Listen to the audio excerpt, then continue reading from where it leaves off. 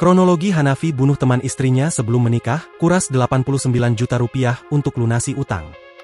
Aksi keji seorang pria berinisial AH alias Hanafi 27 tahun yang membunuh wanita berinisial KLP alias Tiwi 30 tahun kini terungkap.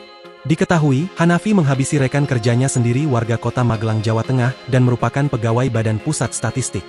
Usai membunuh Tiwi di Halmahera Timur, Maluku Utara, Hanafi kemudian melangsungkan pernikahan. Jasad Tiwi ditemukan tak bernyawa di rumah dinasnya di Desa Soagimalaha, Kecamatan Kota Maba. Hanafi kemudian ditangkap oleh tim gabungan dari Ditreskrimum Polda Maluku Utara dan Polsek Maba Selatan pada 5 Agustus 2025. Kapolsek Maba Selatan, Ibda Habim Ramadya, menjelaskan motif utama pembunuhan adalah masalah utang dan kecanduan judol. Hanafi rupanya terlilit utang dan sempat meminjam uang sebesar 30 juta kepada Tiwi, namun permintaan itu ditolak. Pelaku meminjam uang tapi tidak diberikan, sehingga pada 17 Juli pelaku secara diam-diam masuk ke rumah dinas korban menggunakan kunci yang sudah digandakan, jelas Ibda Habim. Secara diam-diam, Hanafi tinggal di kamar calon istrinya yang kini sudah menjadi istri dan kamar tersebut berada di rumah dinas yang sama dengan korban. Hanafi bersembunyi di kamar itu selama 2 hari dari 17 hingga 19 Juli 2025 dan memantau aktivitas korban dari balik pintu.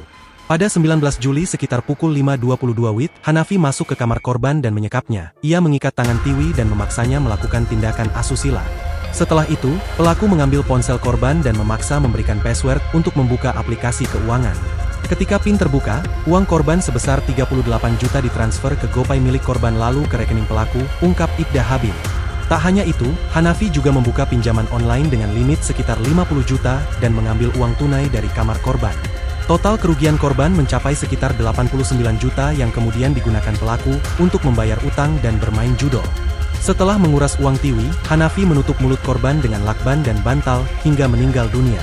Pelaku bahkan sempat mencari informasi mengenai tanda-tanda orang meninggal untuk memastikan kematian korban. Setelah memastikan Tiwi meninggal, Hanafi mencoba menghapus jejak.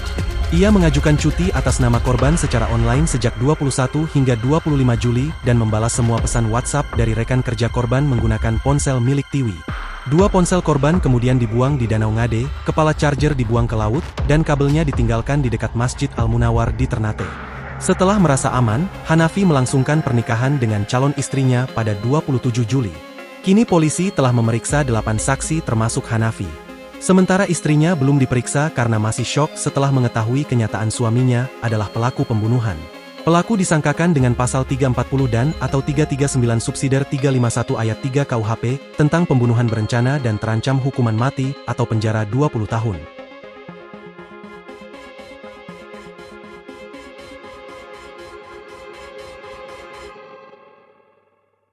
Download Tribun X sekarang. Menghadirkan lokal menjadi Indonesia.